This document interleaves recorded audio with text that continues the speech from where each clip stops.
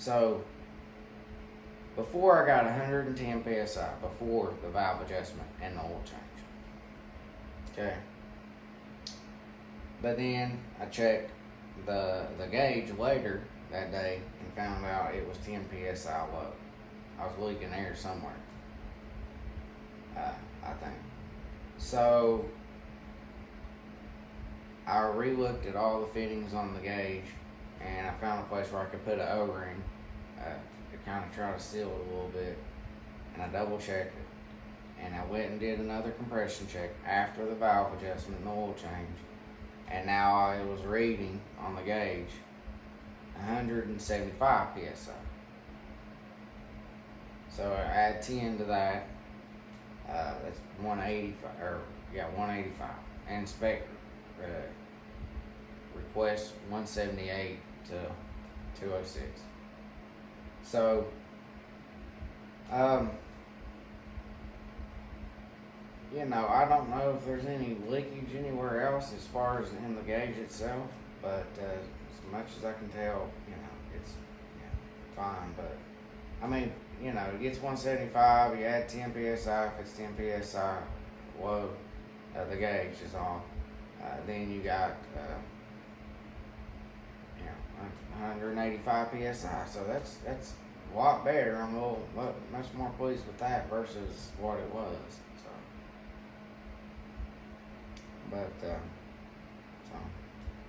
I think valve adjustment made a difference, and it runs good. It got that ticking sound, but it runs good. I ran up and down the aisle, as you can see in the video. It runs good. I just need to work on that exhaust manifold, the muffler, replace that, and the gasket, spark arrestor. But I think that'll fix the problem. We'll see. I did look to see. I did check at some cranks off like eBay. Anywhere from like $80 to $150. They're used ones, but they look pretty good. Good shape. I don't want to have to replace the crank, but and the piston like that. But if I have to, then I will. I said I would. I will. I don't want to have to, but But it runs all right though. So that's what I'm saying. It runs good. Carburetor probably, it's good. It's good. It just clean it out, make her start up a little quicker. Maybe give me a little better throttle response. But anyways, that's concluded for this episode. That's just an update. I didn't record me fooling with the cam chain tensioner. You're supposed to check it when it's running. So you take that 8mm. It's on if your handlebars are here, it's on the right side of the engine. It's kind of like a little T-looking piece with an 8mm bolt. Take that off. There's a little thin washer there. A little bit of oil's gonna come out, but it's okay. Set that, I'm gonna put something underneath there to catch it.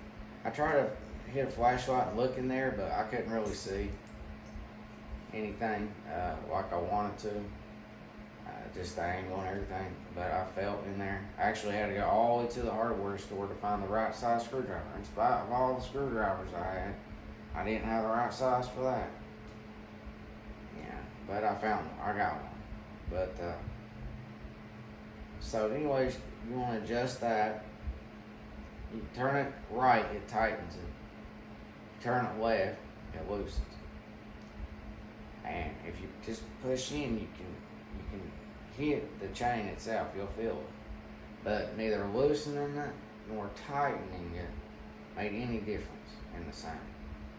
So I don't believe it's the cam chain for that reason. It kind of strikes me as being the cam chain, but we'll try the exhaust, okay? I was going to replace it anyway, so we'll just do that and see how that goes. It's expensive for OEM exhaust, but I'm going to go ahead and do it anyways because I already plan on doing it anyways, and we'll see if that addresses that clicking sound. But I might remove the carburetor tomorrow, Saturday. I might do that tomorrow. Just depends how I feel. But only thing is I don't have gaskets. I have carb cleaner. I have compressed air. I have jet cleaners. I can probably do it, but if I want to do it, I want to do it right. There's a variety of different things you can do. There's a Chem Dip stuff, carburetor cleaner, or that I've seen my friend was using on up the hauler. I'd never heard of it before, but it's, I read up on it a little bit. It's pretty good. I mean, seems to do pretty good. I don't know that I'd buy or use that. It's just something I consider. But there's a few rebuild kits for various prices. There's one by Moose Utility for a carb. You get gaskets, new jets. But one thing about these cheap ones off Amazon and these carburetors that people will run into that I've learned is the jet sizes. They're not the right size, so you don't get the right mixture of fuel and they don't run right a lot of the time. But I read up on some reviews of some. They said that one I mentioned, that Caltric carburetor for a Honda 300, it's only like $32 on Amazon currently. Yeah, that one supposedly is pretty good for $30. So I don't know. Like I said, I thought about getting it just to see if it, if it would work. Not that I would keep it in there. I really just want to either refix this one, clean it out real good to where it's functioning like new, like it's supposed to, or just buy a new one and replace it with just buy a new one. I might do that, buy a new one. I don't know. But we'll take this one out and inspect it, clean it up, inspect the gaskets. I'll probably record all that so you can see all that. And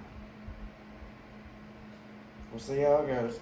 Well, this is going to conclude it for this episode of On the Ground, and I will see you again here next time. If you want, click the subscribe and leave a comment in the section below. I'll see you again here on the Ground.